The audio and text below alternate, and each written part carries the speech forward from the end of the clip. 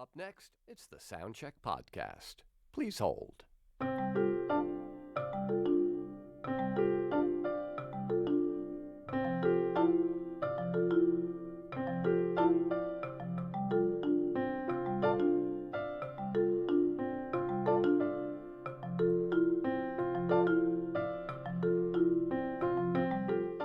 Your ears are very important to us.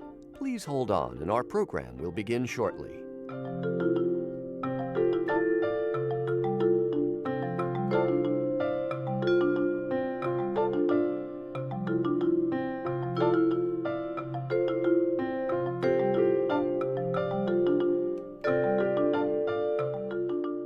The Soundcheck Podcast is coming up. Please continue to hold.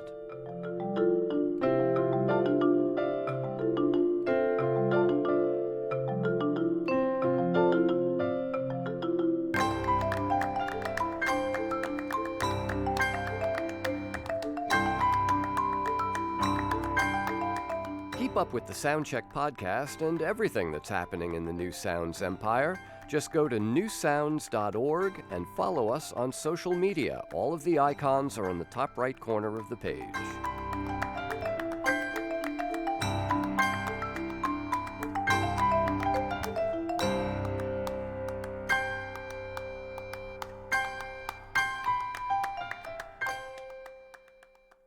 All of our other musicians are...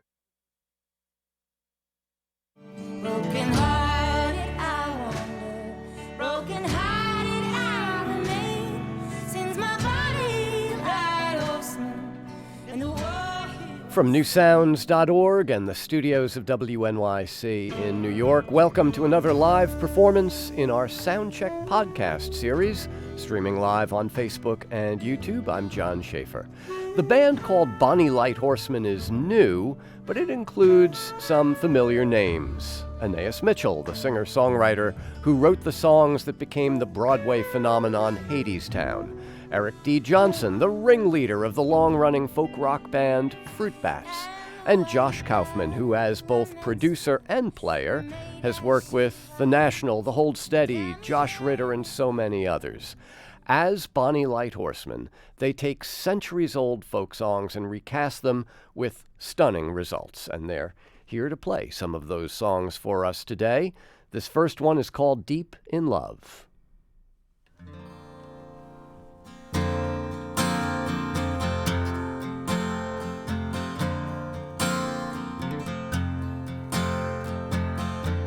Down the valley, the first of May, gathering flowers, both fresh and gay, gathering flowers, both red and blue. A little thought of what love.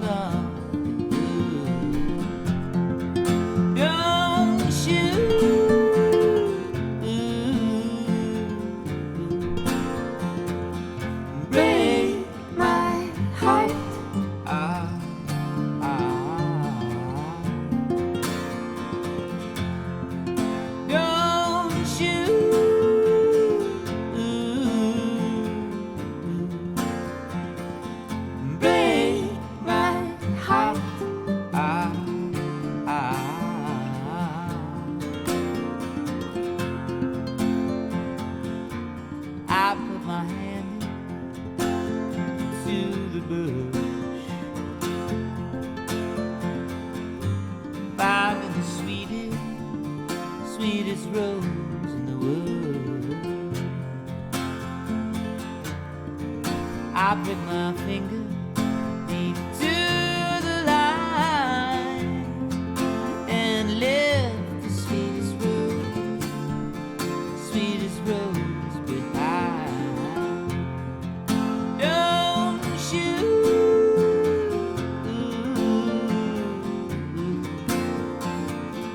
break my heart.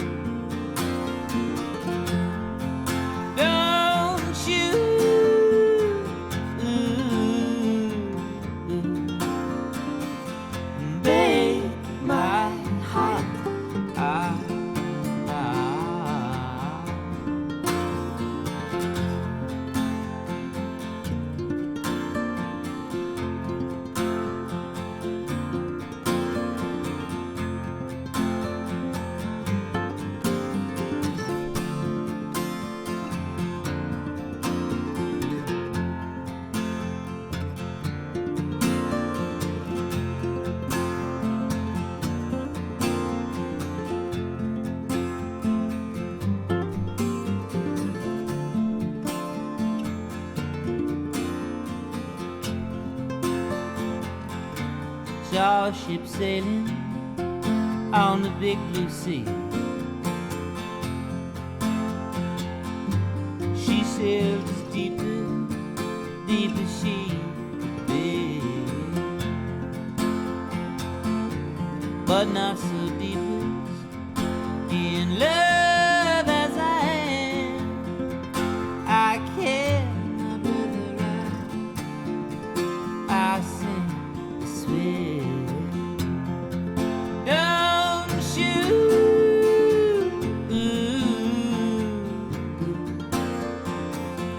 break my heart.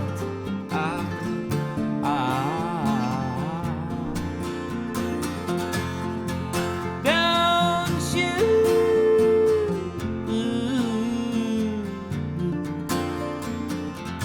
break my heart.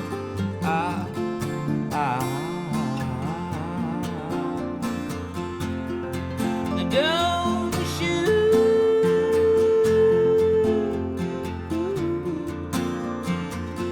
break my heart.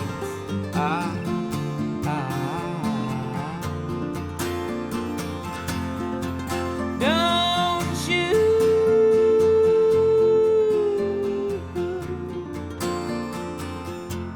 break my heart.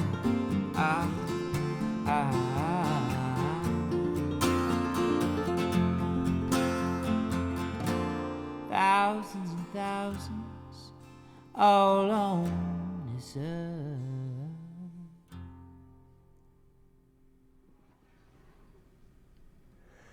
The trio is Bonny Light Horseman, and that song, called Deep in Love, is on their debut album, also called Bonny Light Horseman. And I'll introduce you to all three of the musicians, going from left to right. Josh Kaufman singing backing vocals. He and Anaïs Mitchell are swapping guitars right now for some reason. So Josh was doing backing vocals, playing the high guitar part. Eric D. Johnson was handling lead vocals on that song and playing guitar. Anaïs Mitchell backing vocals for that song. She'll switch to lead for the next one and also playing guitar. Anaïs, Eric, I want to ask you about that song particularly in a moment, but Anaïs, all three of you are songwriters. What was it that was appealing about going back to songs that had been written in some cases centuries ago, so long ago we don't even know where they come from, and, you know, kind of taking that found material and working with it? Yeah. I mean, I've been into traditional stuff for kind of a long time. Like, I grew up in Vermont and was exposed to a lot of folk music there. And then when I started touring, especially touring overseas, like in England and Ireland, people started turning me on to some of the old ballads and songs from like that side of the pond. And something about that particular flavor of music, like the storytelling and the images that are like so real for us now, but they were real for people hundreds of years ago, and just like the wide open kind of modality of some of that music always just like really appealed to me. And I think as a songwriter, it just feels very like inspiring and kind of like drinking of the water of a deep well, you know, to go back to the old stuff and see that it's not that different from what we're all up to now, what we're all trying to do now. Right. Well, I mean, if you look at the themes, you know, love and love lost, love betrayed, ghost stories, murder ballads. I mean, you know, Yeah. half of SoundCloud is full of rappers dealing with a lot of that stuff. So, you know, they are kind of ubiquitous themes. Having said all that, Eric, the song you guys just played, Deep in Love, that started out, I understand, as a song you were sketching out for Fruit Bats. Yeah. I was just a song without a home. And it was sort of a miracle. It's the easiest of any of these, the easiest story to tell, because it was sort of has the most like funny, obvious story. But it was a kind of an 11th hour ad To this record. And it was a song. I don't even think I was gonna play it for these guys. I was like, it was sort of a Hail Mary pass, and then and and I had that chorus written, that "Don't You Break My Heart," and I had a do da da da, no lyrics, just sort of a melody for the verses. And Josh literally opened up a book of it's called Folk Songs of Northern Ireland and folk songs of Britain and Northern Ireland. And he opened it up and said, "Sing these verses over those verses," and they slotted in perfectly. And then also the song was deep in love and went along with this sort of heartbreak chorus that I had written, and there that was, and it was sort of like it was just fully plugged in. Wow. So Josh, you knew that the D da da da sort of scanned with. Yeah, I'd been sort of like obsessing. These guys know I kind of like go in and like, especially in there's a couple books that I'll just sort of like scan lyrics of, and the lyrics for Deep in Love I had been kind of like I kept on coming back to them, and so they were kind of in my head. I don't know if like we collectively manifested those together in some way, but they definitely fell right in. All right, so Anaïs said she grew up in Vermont. That's a longtime hub of folk music here in America. We associate you, Josh, with more indie rock, you know, Hold Steady, The National, Bob Weir of the Grateful Dead. How did you get into folk music? Definitely, I mean, Eric and I always kind of have like a collected answer here, which is like, but I definitely feel like through growing up, through the, like, sort of the side door of rock and roll for sure, with the Grateful Dead and Bob Dylan. But I definitely, my folks would take me to see people like Richie Havens growing up. So I definitely like kind of came at it from that place too, but much more revisionist rock and roll side of it for sure. Right. And for you, Eric, what was how did you get into that world? I similar to Joe, I was like a Deadhead, and I liked the Byrds and things like that. So sort of worked my way backwards. But the only folk music in my household, like my grandparents liked really poppy folk, like Kingston Trio and like the new Christy Minstrels and stuff like that. So we had those records in our house, but I was not interested in those. I thought they were real square. So, but then I actually ended up getting a job at the Old Town School of Folk Music in Chicago, which is sort of a folk institute, a folk institution there. And but again, I was a bit of an outlier in that world, but I did teach clawhammer banjo and sort of I wouldn't say I was steeped in it. I skirted the boundaries of it and really enjoyed it. I loved, like, when the Harry Smith anthology got reissued. I was obsessed with that. So it was always the anthology of American folk music. Yeah, it was always sort of, but it was always mixed in with things like, and I was an indie rock guy too, and playing more like experimental music, and so it's always been in my world. It's always been just sort of another flavor. But see, here's the thing. I mean, the overarching empire of new sounds, of which these Soundcheck podcasts are a part, is largely, modern, contemporary, experimental, but folk music has always been a part of it because people keep coming back to these songs. They have a kind of a relevance. Like Bonny Light Horseman is the song Bonny Light Horseman. It's clearly, it has a timestamp on it. Napoleon Bonaparte is the cause of my woe. Yeah. But that idea of the woman mourning her soldier husband or boyfriend who has gone to war and is never coming back, sadly, that's a timeless theme that's still relevant today. Yeah. So for you, Anaïs, how did the three of you, how did you all find each other and, come to recognize this kind of shared love? Mm-hmm. Well, so I had been kind of a quiet admirer of Josh's playing and producing for a few years before I actually even met you, Josh. Mm-hmm. I heard Josh play with Josh Ritter, and just you produced some records for friends of mine, and I was like, wow, who is that guitar player? And then we were put together by this indie label called Brassland to make a one-off track with Kate Stables from a band called This Is the Kit. Mm-hmm. And we did a cover of this Ghanaian band, Osibisa. their song called Wo Ya Ya, and we really like enjoyed it, and we wanted to work more, and we started to kind of work on these old songs, and at the same time I had just kind of discovered and fallen in love with the Fruit Bats. And this is like embarrassing that this is how Eric and I met, but I tweeted at him. I was like, so into the Fruit Bats, and I didn't expect to get a response. And then you were like, oh hey, like. And I had also recently, it was we had. This happens sometimes too. I feel like you have some kind of like you get on each other's radar through some kind of weird osmosis or something. Because it was like the same, but yeah. Yeah, right. And then so Josh was touring through LA where Eric lives, and I remember like you called me up and you were like, hey, I think actually my friend Eric could be really great for this music in this band, and I was like, yes, do it. So that is how that started. And we were lucky, like early on we were offered a festival slot at this festival in Eau Claire, Wisconsin, that's curated by like Justin Vernon and Aaron Dessner, and they sort of had heard that we were working on something together, and they gave us a festival slot on kind of a big stage. It was a little blown out for the first show. It was acoustic guitars like this on like some giant festival stage with these like big subs and everything.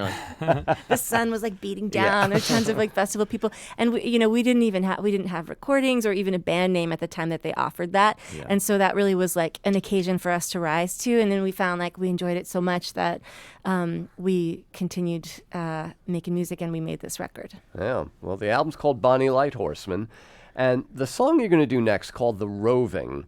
Now, Anaïs, the key line that you keep coming back to here, I knew her love was changing by the roving of her eye. That line exists in a number of old folk songs. Yeah.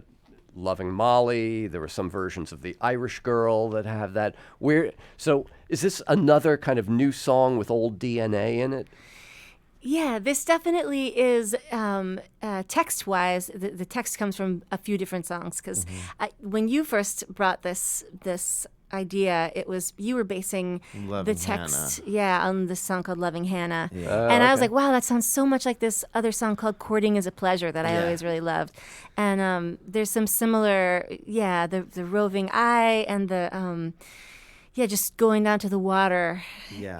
I'll think of Handsome Molly, wherever she may be, is the other version of it.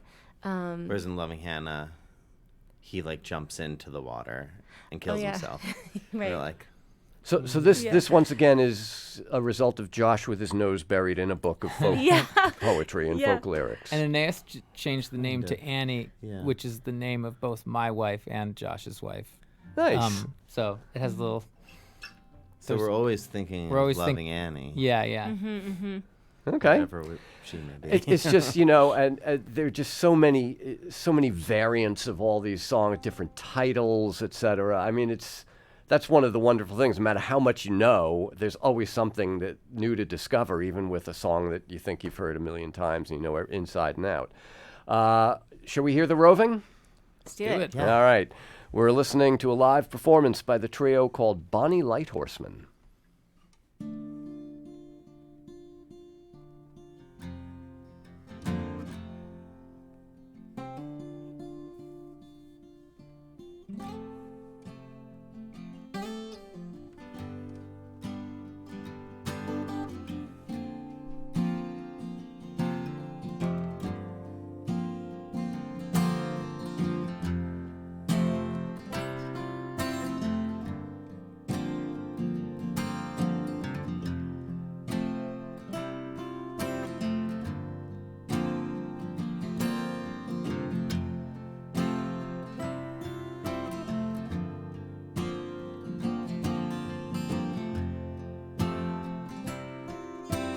Annie, loving Annie, come give me your hand.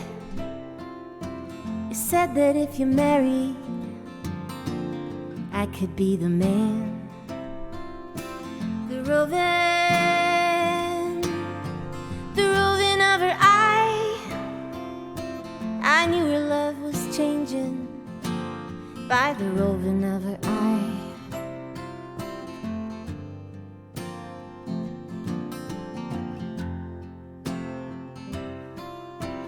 Early in the summer,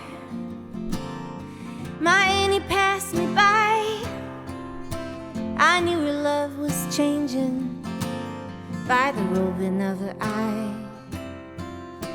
The roving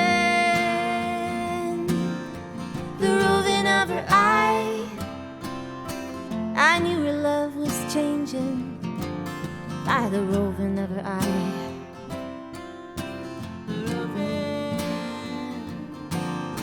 The roving of her eye.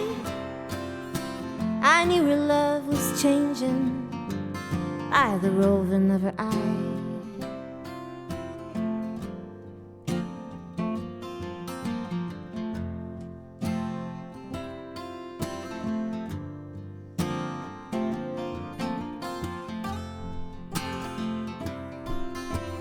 Later in the summer, with a bottle in my hand, saying, drink with me, my Annie, for our love is at an end. I go down to the water when everyone's asleep, and I think of loving Annie wherever she may be.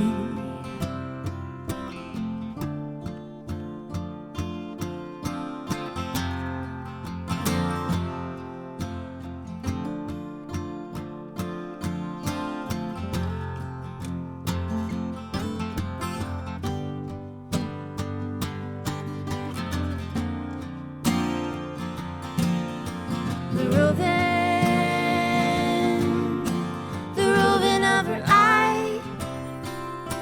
I knew her love was changing by the roving of her eye. The roving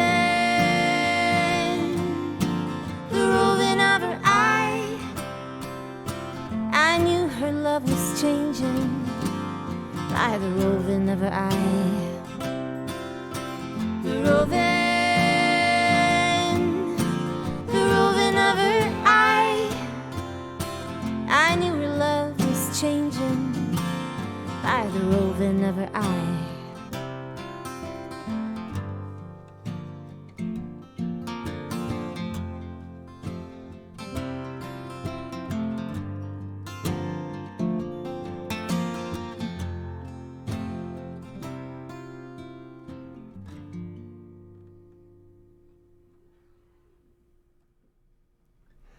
The Roving is the name of the song from Bonny Light Horseman, the trio of Josh Kaufman, Eric D. Johnson, and Anaïs Mitchell. And that appears on their new album, otherwise untitled. Bonny Light Horseman performing for us here in the studio. So, Eric, how do you guys, with all the hundreds of songs and the thousands of variants, how do you decide what to do and how to arrange it? I don't think we ever really decided on anything. It's all every single. That's why it's always easy to tell that Deep in Love story, because that one was. It's like they all. The rest of them just kind of they happened. all kind of or they did, or they. Yeah, they all sort of have a different. Every single one has a different story. It's a great one for doing one of those we did one of those like track listing interviews or something where you have to tell the story behind each one. The song exploder kind of thing. Yeah, and it's like every single one. There was not a formula to any of these at all. I think the easy answer, especially just with traditional music, is we're like, well, there's kind of, if you're going to update traditional music right now, you could go hyper trad, really by the book, do it like that. Record it on a wax cylinder or something. Right. Or you could be like, we're gonna do it only with like an 808 drum machine and like a new Prophet synthesizer and sing through vocoders or something like that. And this is this is the Buddhist middle path where it's neither of those things, and they're kind of there's no dogma, so. But I think folk songs, they either find you or they don't, and vice versa. Well, so Josh, I mean, we've already heard two examples of you finding lyrics from folk songs in a book. I mean, did you bring full? I mean, there were what 10 songs? There were 10 tracks on the record. I mean, did everybody bring songs to the party, or was it just a kind of? Yeah, that's pretty much it. I guess like the main thing, we didn't want it to feel like for us, or we didn't want to represent anything that seemed like it was like a research project or anything. We wanted to feel like it was personal, that there was like an openness to the music around the text, and so those were the kind of like the goals of the project, So, so when you picked the songs, you then had to, figure out how you were going to arrange and play them. And on the record, you have a number of guests: Justin Vernon from Bon Iver, Aaron Dessner from The National. This is the Kit. Kate Staples, yes.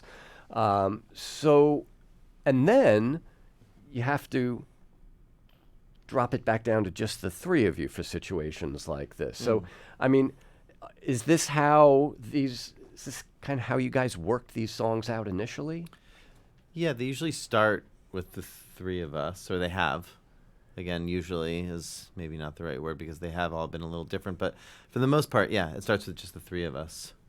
In the case of a lot of those songs, on the recordings of those songs, we were making them at a residency in Berlin at a place called the Funk House in East Berlin about a year and a half ago, over the summer. Right. Of 2018, is that when it was? Or Yeah, 2019? right. That's Nils Fromm's studio. Correct, yeah. Yes, Nils has been here in our studio talking about his studio, the Funk House. It's stunning, yeah. So we were part of this. We were fortunate enough to be part of this residency, and there's all these incredible musicians walking around, so we could pull them in to sort of, embellish what we could come up with as just the three of us, and so that's kind of how the arranging part of that happened, was communal. Right. And for you, Anaïs, having grown up with folk music in Vermont, did you find that you finally now had a chance to like revisit some songs from your youth? It's funny. There was like one song that I remember we almost did that was really like my dad used to sing it to me, and which one was that? It was Lady Franklin's Lament. I just listened to it the other day. Yeah, and there was something about that one that it was hard to make it our own because I was too attached to the version I had learned. In a way, I think it's simpler to work on stuff that's that you have less of a prior relationship with. That's kind of been the case with these songs. How many of the songs are from the British Isles? And I mean, I know it's hard to delineate what's British and what's American, because so many of the American songs originally have roots over there. But like Jane Jane, for example, where is that from? Yeah, so this is an interesting one, because I actually did grow up with half of this song, just the Children Go Where I Send Thee half of it. And I had never heard this mashup with the minor part of the melody and the Jane Jane part until Eric brought this Tia Blake recording in, and we listened to that, and it's crazy. It's a beautiful mashup, and she's not the only one who did that. Yeah. Peter, Paul, and Mary did that. Yeah, Peter, Paul, and I think a lot of people know that version. This Tia Blake version is really beautiful. She was an American folk singer who made a record in France. It's sort of obscure, but I think I don't even know if that was before the Peter, Paul, and Mary version or what it was, but I was been obsessed with that version of it, and I think this is probably fairly closely cribbed from that. Right. And my guess, I don't 100% know, but I think the Jane Jane part is probably a British Isles thing, and the Go Where I Send Thee part is probably American. Yeah. They're both counting songs. It's 3x3, 6x6, 9x9, and Children Go Where I Send Thee. And the Jane Jane part is all the threes. I'm going to buy 3 muley cows. I'm going to buy 3 hunting dogs, and all that kind of stuff. Yeah. So, the mashup works on like a major minor level, but also thematically somehow they come together. Yeah. All right. Shall we hear the song? Sure. It's called Jane Jane. Once again, Bonny Light Horseman playing live.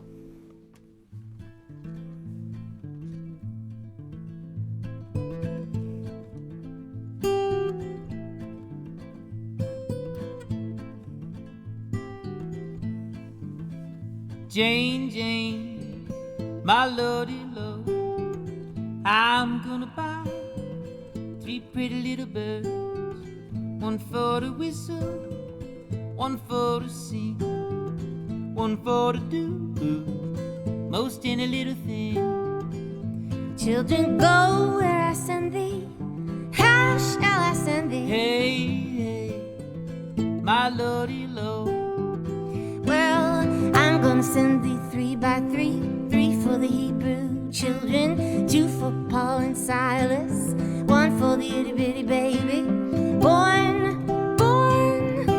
in Bethlehem. Hey, hey, my lordy lord, I'm gonna buy 3 hunting dogs, 1 for to kill, 1 for to shout, 1 for to talk to when I go out.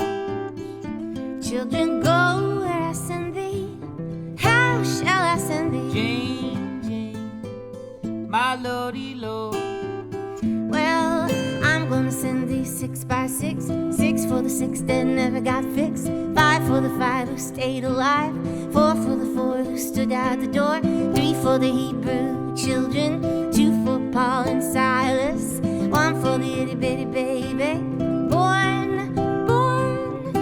in Bethlehem. Hey, hey, my lordy lord, I'm gonna buy 3 milling cows, 1 for the mill, 1 to plow my corn, 1 for the bread on Christmas morn. Children, go where I send thee. How shall I send thee? Jane, Jane, my lordy lord. Well, I'm gonna send thee 9 by 9, 9 for the 9 that just so fine, 8 for the 8 that stood at the gate, 7 for the 7 that never got to heaven, 6 for the 6 that never got fixed, 5 for the 5 who stayed alive, 4 for the 4 who stood at the door, 3 for the Hebrew children, 2 for Paul and Silas, 1 for the itty bitty baby, born in Bethlehem. Hey, hey, my lordy lord, I'm gonna buy 3 little bluebirds, 1 for the wheat, 1 for the morn, 1 for the bread when I am gone.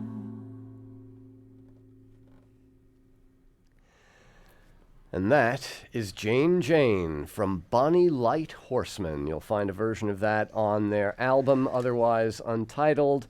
Anaïs, what's it like to sing a song that you grew up with as a kid in this sort of dramatically different version? It's so fun. I mean, it's so fun to sing with Eric. That's something I think we didn't realize that would be fun when we first started singing together. Yeah, it's fun on this record. There's a lot of duets that kind of pass the baton back and forth, and especially that one because it has that major minor thing. It really feels like a different animal than the song that I grew up with. Yeah. You know, when Robert Plant many years ago was here with Alison Krauss, they were doing the Raising Sand thing. We got to talking about how, you know, he was always the singer. And then suddenly he was part of, you know, a duo singing, and it was a different thing. He couldn't just be the singer. It would ruin the whole thing. So do you find that, you know, that maybe this was sort of an unexpected muscle you had to learn to use to be half of the singer rather than the focus of it? I'm like loving it. Yeah, I mean, I think we that was both just feel about that. to be my answer was yes, and I love it. Yeah. The thing that's new for me, actually, we just are coming to the end of a little tour that we've been on, is that, like, if you're singing the song, you kind of can't, you sort of feel like you energetically have to face front and carry the thing. And if Eric's singing lead, like, I'm able to step back and just kind of hang out with, you know, the band and just play the music. It feels awesome. Yeah, it's like a little, it's a psychic break, but not like a turn yourself off break. Right. I don't know. Yeah. It's there's something very liberating about it, and I like the spotlight, and I don't. So that's also perfect too, because it sort of feeds two weird sides of myself. Okay. Now you all have other, individual and band things. So Josh, how often do you think Bonny Light Horseman will get to hit the road or the studio? I think as much as we can do it, we probably will. The goal is to not let it, eclipse everything else we have going on, but, for it to always kind of be in this honeymoon phase. So, I think that, I guess that's not entirely realistic, but we're working on more music and, probably get back at it late summer. All right. Yeah. Well, goodness knows there's lots more music for you guys to mine. Yeah. Anaïs Mitchell, Eric D. Johnson, Josh Kaufman, great having you here. I love this record, and thank you so much for coming in and playing some of it for us today. Thank you. Thanks for Jonas. having us. This is Soundcheck.